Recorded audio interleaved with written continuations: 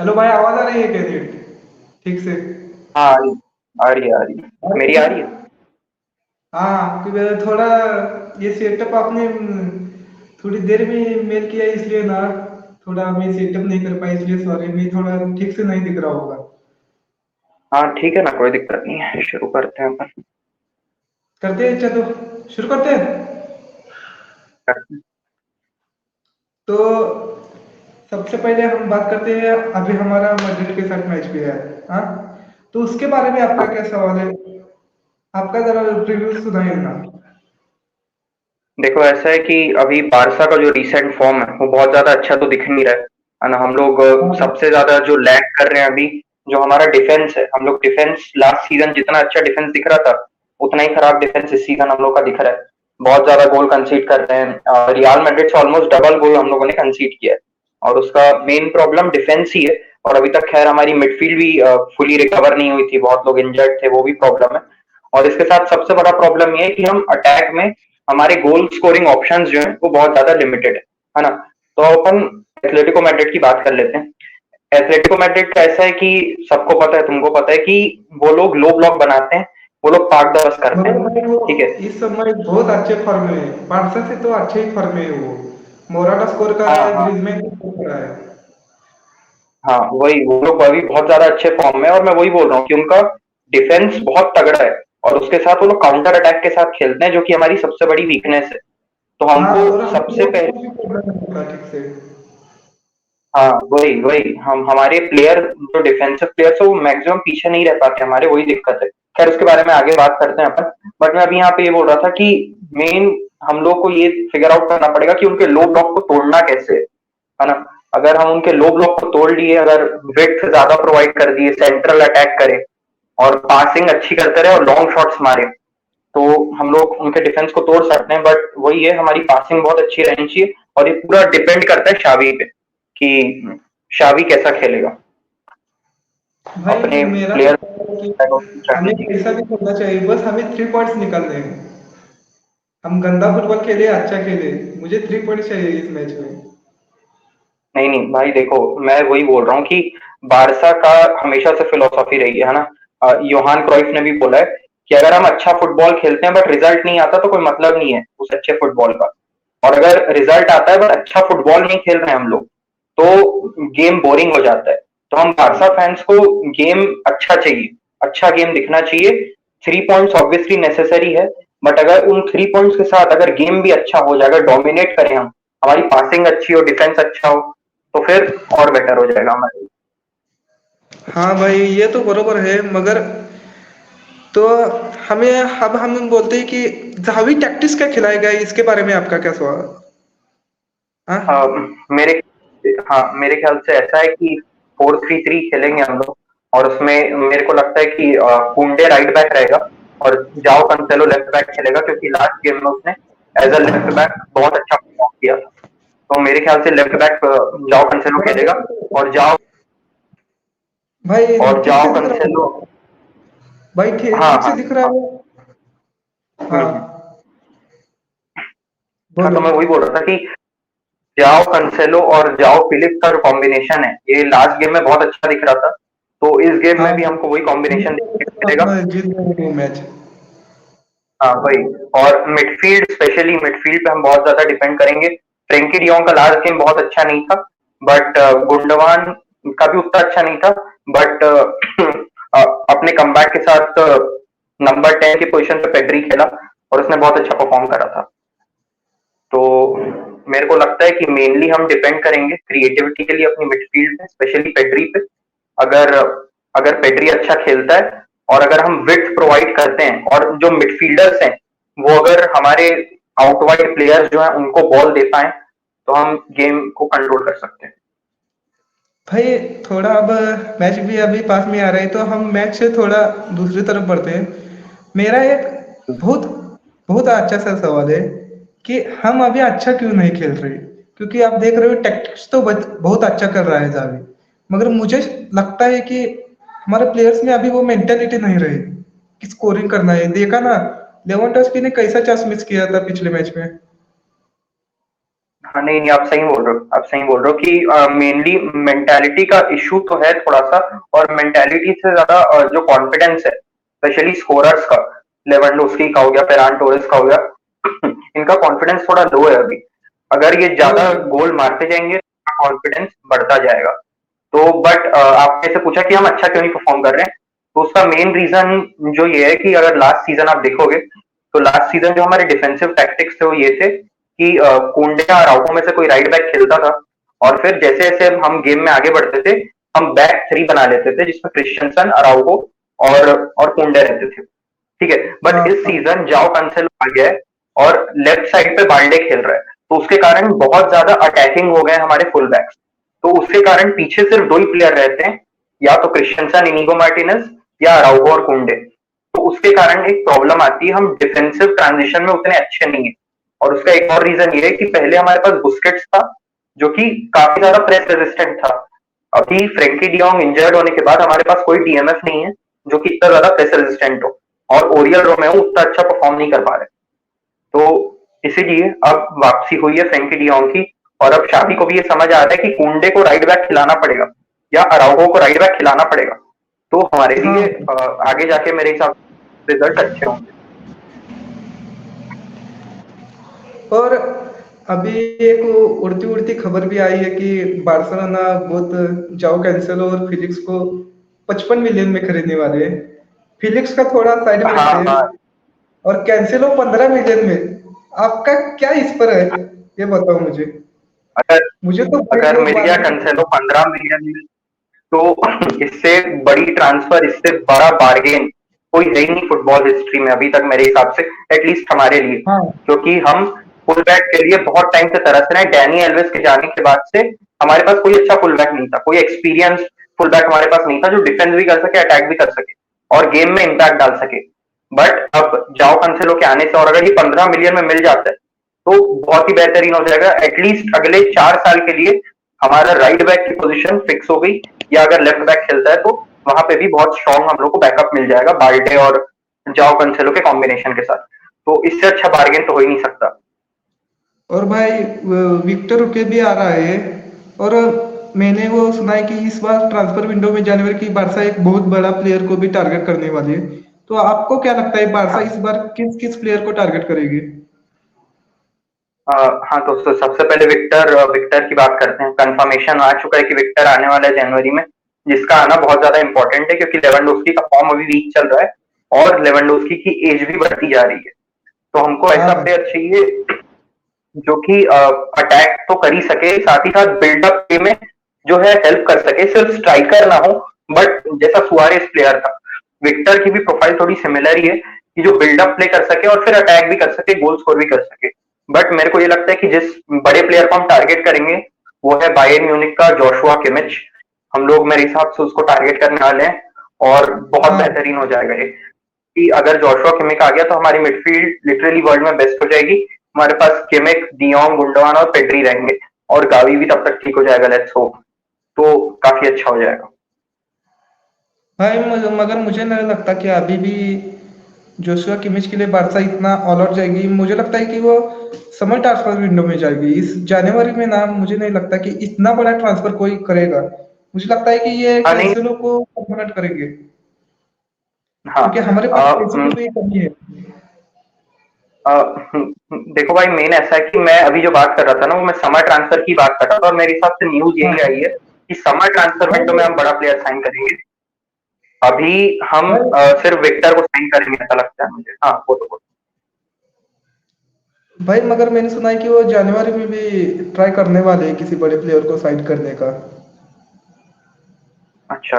मैंने इसके बारे में सुना तो नहीं है ऑनेस्टली, बट क्या पता है, हो सकता है हम बड़े प्लेयर को साइन करें। बट बारसा जाओ से कंसेलो मेरे को लगता नहीं है मैनेजर। हम। हाँ, जाओ कंसेलो मेरे को लगता नहीं हम अभी साइन करेंगे, क्योंकि एक और न्यूज रिपोर्ट ये भी आ रही थी कि हम मैन सिटी से ये भी बात कर रहे हैं कि जाओ कंसेलो का लोन जो है वो हम 25, मतलब 2025 तक बढ़ा सके। तो देखते हैं अब क्या होता है। वैसे मेरे को लगता नहीं है कोई बहुत बड़ा प्लेयर आने वाला है जनवरी में। विक्टर आने वाला है जो कि बहुत अच्छी बात है, बट उसके अलावा मेरे को लगता नहीं कोई बहुत अच्छा प्लेयर है। हाँ। तो भाई आपको अभी इस वक्त क्या लगता है कि छावी को इस मैड्रिड के मैच से पहले क्या करना चाहिए जिससे हम जीत ही जाए। मुझे लगता है कि ड्रॉ हमारे लिए बहुत गंदा है। हार तो बहुत दूर की बात, ड्रॉ भी हमारे लिए बहुत गंदा है क्योंकि हम टॉप 4 के लिए अभी लड़ रहे हैं। हाँ, अगर नहीं, नहीं, जिरोना आप एकदम।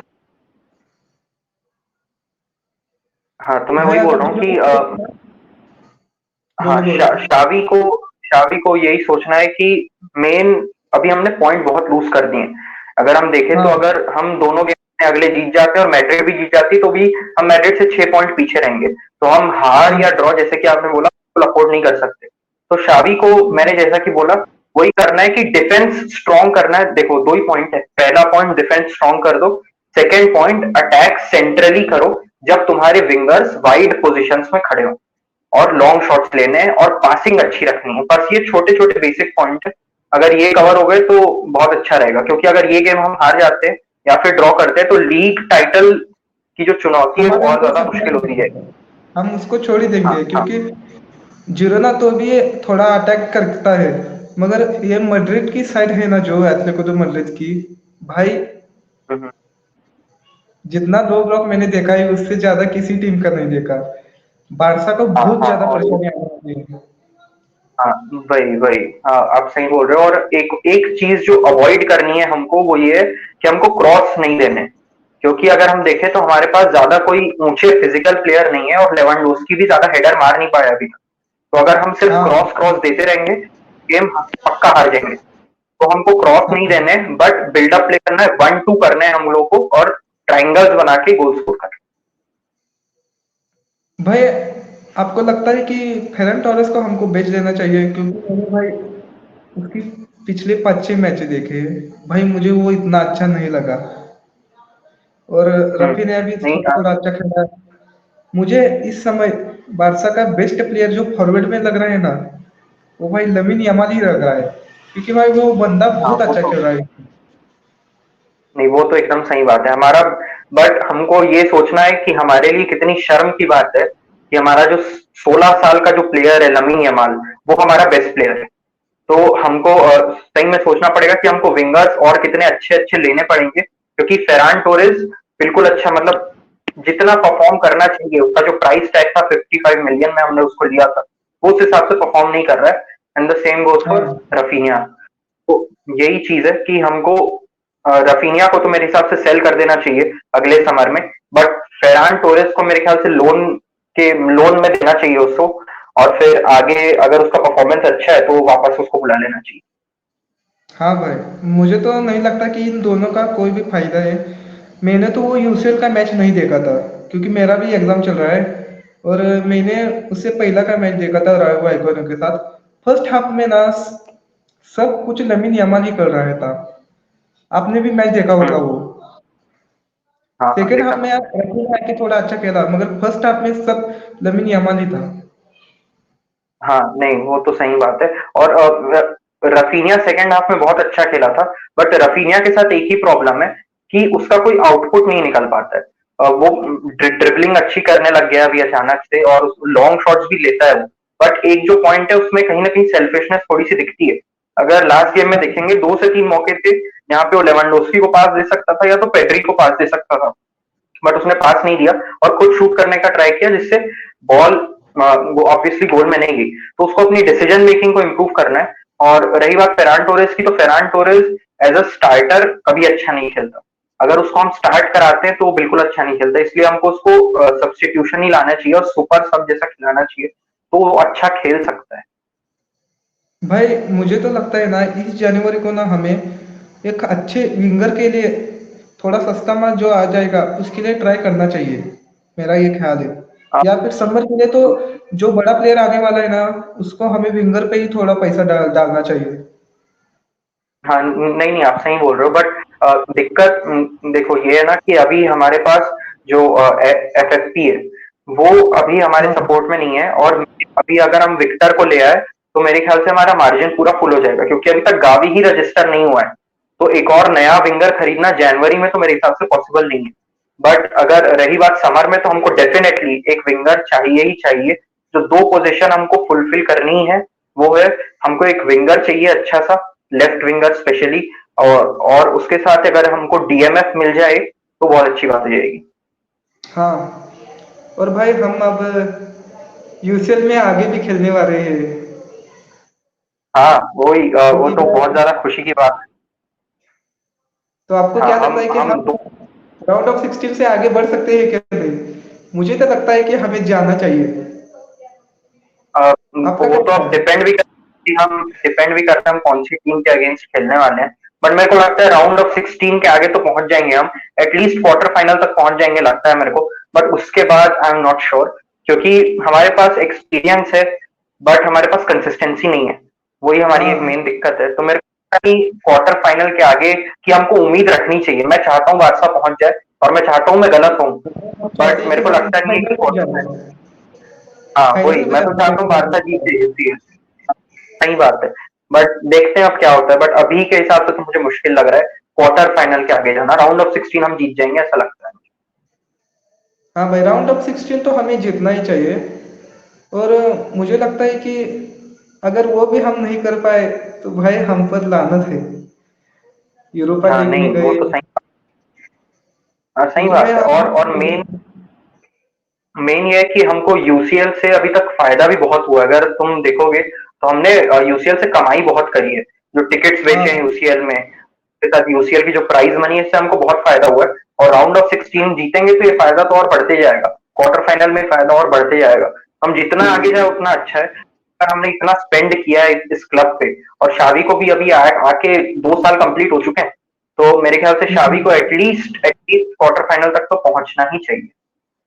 मगर भाई मैंने तो वो पोल्टो वाला मैच तो नहीं देखा, मगर मैंने जो रिव्यू पढ़ा है ना उसका, तो सब लोग कह रहे थे कि पोल्टो ने हमको बहुत बहुत अच्छा गेम दिया, तगड़ा गेम हुआ था वो।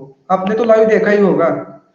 आपको क्या हाँ ख्याल है? हाँ मैंने अ, तो ऐसा है कि ये गेम हमारा जो था वो हमारे 5 गेम में मेरे हिसाब से अपना बेस्ट गेम था। क्योंकि अभी तक जितने भी गेम्स थे हम उसमें बहुत बहुत पुअर परफॉर्म कर रहे थे। मैं ये नहीं बोलता पोर्टो के अगेंस्ट हमने बहुत अच्छा परफॉर्म किया है, बट पिछले गेम्स के कंपैरिजन में हमने अच्छा परफॉर्म किया है। और हमको पोर्टो को लाइटली नहीं लेना चाहिए। पोर्टो एक बहुत अच्छी टीम है। अगर पोर्टो की फिनिशिंग अच्छी रहती वो हमको हरा देती। बट हमने अपने पिछले गेम से थोड़े थोड़े इंप्रूवमेंट दिखाए थे। और बहुत सारे प्लेयर्स, अपने को ये समझना पड़ेगा जो फैंस है, कि बहुत सारे जो प्लेयर्स है वो अभी अभी इंजरी से ठीक हुए हैं। तो एक्सपेक्ट हाँ, करना कि वो तुरंत अपने 100% फॉर्म में खेलेंगे गलत है ना। तो हमको यही देखना है कि हमारे जो प्लेयर्स है वो, उनको टाइम देना है थोड़ा सा। हालांकि टाइम अभी नहीं है हमारे पास, अगला गेम जिरोना के साथ भी है हमारा। तो मैं वही कह रहा हूँ कि हमको थोड़ा सा टाइम देना है। और मेरे हिसाब से आज का गेम हम जीतेंगे और इसमें अच्छा परफॉर्म करेंगे। तो एटलीस्ट भाई, पहले से बेटर परफॉर्म करेंगे। हाँ हाँ, मगर एक बात तो मैं भूल गया कि इंजरी से याद आया कि टर स्टेगन भी अभी इंजर है, और वो इस मैच में नहीं खेलने वाला, आपको पता ही होगा। तो भाई ये मैच हाँ हमारे हाँ लिए बहुत बहुत गंदा जाने वाला है ये। अभी आप लोग। मेरे को लगता नहीं है मैच गंदा जाएगा, क्योंकि पोर्टो वाले गेम में इनियाकी पेनिया ने बहुत बेहतरीन परफॉर्मेंस दिया था। उसने बहुत बहुत किया सारे था। सेव किए थे। उसका बॉल सेविंग रेशियो भी उसका ठीक ठाक था। अपना उसको एक इम्पोर्टेंट चीज ये है, उस अपना बॉल डिस्ट्रीब्यूशन उसको थोड़ा सा इम्प्रूव करना है। क्योंकि उसकी पासिंग टर स्टेगन जितनी अच्छी है, टर स्टेगन जितनी अच्छी पासिंग तो वर्ल्ड फुटबॉल में किसी की नहीं है। बट मैं ये कह रहा हूँ कि अगर इनियाकी पेनिया अपना थोड़ा सा पासिंग अच्छा कर ले तो बहुत बेहतरीन कीपर है। हमको चिंता करने की जरूरत नहीं है। टर स्टेगन हालांकि बड़ा ब्लो है हमारे लिए, बट इनियाकी पेनिया संभाल लेगा। भाई संभल लेना ही चाहिए, क्योंकि भाई ये मैच, मुझे क्या लगता है, अगर जिरोना वाला मैच इससे आगे होता ना तो इतनी ज्यादा टेंशन नहीं होती, क्योंकि भाई वो टीम भी अटैक करके खेलती है, मगर ये टीम ना फुल काउंटर अटैक पे खेलती है। इसलिए इससे थोड़ा डर लगता ही है मुझे। हाँ नहीं ये तो सही बात है। और अगर बारसा को कोई भी फैन अगर पिछले 4-5 साल से फॉलो कर रहा है तो ये बात पता होगी, हमारी सबसे बड़ी वीकनेस जो है वो लो ब्लॉक की टीम है जो काउंटर अटैक करती है। यही हमारी सबसे बड़ी हाँ, वीकनेस है। और हम अभी तक इसका कोई उपाय निकाल नहीं पाए हैं। बट मेरे को लगता है कि आज बहुत इन्फ्लुएंशियल प्लेयर्स जो रहेंगे उनमें से सबसे इंपॉर्टेंट पेड्री रहने वाला है। पेड्री और फ्रेंकी डियोंग का गेम अगर अच्छा चला गया तो हम इजीली एथलेटिको को हरा सकते हैं, जैसे कि हमने लास्ट सीजन किया था। हमने 4-0 हराया था, 4-1 हराया था। ऐसे ही कुछ बड़े मार्जिन से हमने फोर उनको टू हराया फोर था। टू तो हम इस सीजन भी फोर टू। हाँ 4-2 से हराया था।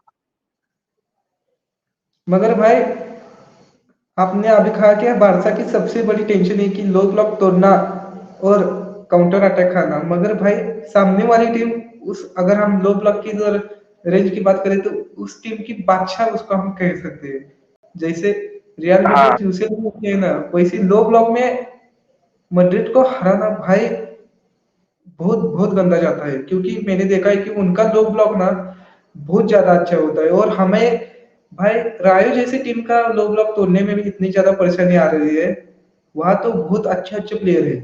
और उनका काउंटर अटैक में हाँ मोराटा और ग्रीजमैन दोनों टॉप निच फॉर्म में है। आपने देखा ही होगा कि स्कोर शीट में वो हर बार आते ही आते हैं। इसका हाँ। इसके लिए मुझे बहुत नहीं, डर लग रहा है। आप बिल्कुल सही बात बोल रहे हो कि एथलेटिको मैड्रिड का लो ब्लॉक तो अच्छा है ही, उसके साथ एक और फायदा उनका ये है कि उनका फिजिकल लो ब्लॉक रहता है, कि वो लोग गंदा फुटबॉल खेलते हैं, वो लोग धक्का मुक्की मार के वो लोग हर चीज करके हाँ फुटबॉल खेलेंगे। तो उससे ऊपर उठना है हमको। मैं जैसा हमेशा अपने वीडियोस में भी बोलता हूँ कि हमको 2 से 3 बेसिक स्टेप फॉलो करने हैं। नंबर 1 हमको ये करना है कि विड्थ बढ़ानी है ताकि उनका डिफेंस थोड़ा सा स्ट्रेच हो जाए। सेकंड चीज हम लोग को ये करनी है कि 1-2 हमको अच्छे से करने हैं, जो कि डिपेंड करेगा लेवेंडोस्की पे, पेड्री पे, और जो भी दोनों विंगर्स खेल रहे हैं, जाओ फेलिक्स, रफीनिया, फेर्नांडोज, जो भी हो गया इन पे। अगर ये पासिंग अच्छी करते हैं, 1-2 अच्छी करते हैं, अगर पेड्री रन बनाता है, अगर गुंडोआन रन बनाता है, तो बहुत सारे प्लेयर्स हमारे आगे चले जाएंगे, जिससे उनका लो ब्लॉक ब्रेक हो जाएगा। और अगर ये सब कुछ सक्सेसफुल नहीं होता है तो हमको लॉन्ग शॉट्स लेने हैं, जो जिसमें हम बहुत ज्यादा डरते हैं। तो पेड्री को लॉन्ग शॉट्स लेने हैं, गुंडोआन को लॉन्ग शॉट्स लेने हैं, और इनफैक्ट मैं कहता हूँ फ्रेंकी डियोंग को भी लॉन्ग शॉट्स लेने पड़ेंगे, जैसे हाँ मैनचेस्टर सिटी के लिए रॉड्री ले। मेरा एक सवाल भी है आपसे कि मैं तो भाई इतने मतलब मैंने शायद से 2017-18 से ही फुटबॉल देखना शुरू किया है, और आप तो बहुत पहले से देख रहे होंगे। नहीं, मैं बहुत पहले से नहीं देख रहा हूँ, मैंने भी 2017-18 में ही शुरू किया है। उसके पहले मैं रैंडम गेम देख लेता था, वर्ल्ड कप, यूरो, ऐसे यूसीएल, ऐसे बड़े बड़े गेम देखता था, बट रिलीजियसली मैं किसी को फॉलो नहीं करता था। बट 2017-18 से ही मैंने भी शुरू किया। मगर भाई जो हमने ये देखा है ना पिछले में 1-2 सालों में, कि भाई हम बॉक्स के बाहर से शॉट नहीं करते भाई, बॉक्स के अंदर भी हम शॉट नहीं करते, बाहर भी नहीं करते, तो भाई किस लिए हम जाते हैं इतना आगे। भाई हम हमारा अटैक बहुत अच्छा होता है, मुझे लगता है कि अटैक हमारा one of the best attack है। मगर भाई वो स्कोर गोल के पास हमें जाकर क्या होता है क्या पता, हम हग ही देते हैं साफ साफ बोले तो, क्योंकि भाई हम लॉन्ग शॉट लेते ही नहीं। आपने पिछला आपको कुछ याद है क्या, जब हम लॉन्ग शॉट से गोल किया था? भाई हम लॉन्ग शॉट लेते ही नहीं मुझे लगता है। हाँ, नहीं नहीं, आप सही बोल रहे हो, क्योंकि जहां तक मेरे को याद है आखिरी गोल लॉन्ग शॉट से जॉर्डी अल्बा ने मारा था। जहां तक मेरे को याद, जॉर्डी अल्बा ने मारा होगा, या फर्मिन लोपेज ने मारा था अभी रिसेंटली। तो मैं वही कह रहा हूँ कि ऐसे बाकी प्लेयर्स को भी कॉन्फिडेंस चाहिए, जैसे फर्मिन इतना यंग बंदा है, वो जब लॉन्ग शॉट्स ले सकता है, तो गुंडोवन जैसे एक्सपीरियंस प्लेयर होगा, ये तो ले ही सकते हैं। लेवेंडोस्की को अगर बॉक्स में बॉल नहीं मिल रही है, लेवेंडोस्की को बॉक्स के बाहर आके लॉन्ग शॉट्स लेने चाहिए। अगर रफीनिया खेल रहा है तो रफीनिया ट्राई करता है, बट उसकी एक्यूरेसी उतनी अच्छी नहीं है, तो हमको हाँ ऑब्वियसली हमारे लॉन्ग ट्राई शॉट्स करता इंप्रूव हूँ। करने हैं। अच्छा भाई, धन्यवाद आपका हमारे इस पॉडकास्ट को ज्वाइन करने के लिए। आपका भी क्लास भी चालू जी। होने वाला है, तो भाई हाँ अगली हाँ। बार आप बाय बाय। हाँ, बाय बाय। आप जा सकते हो।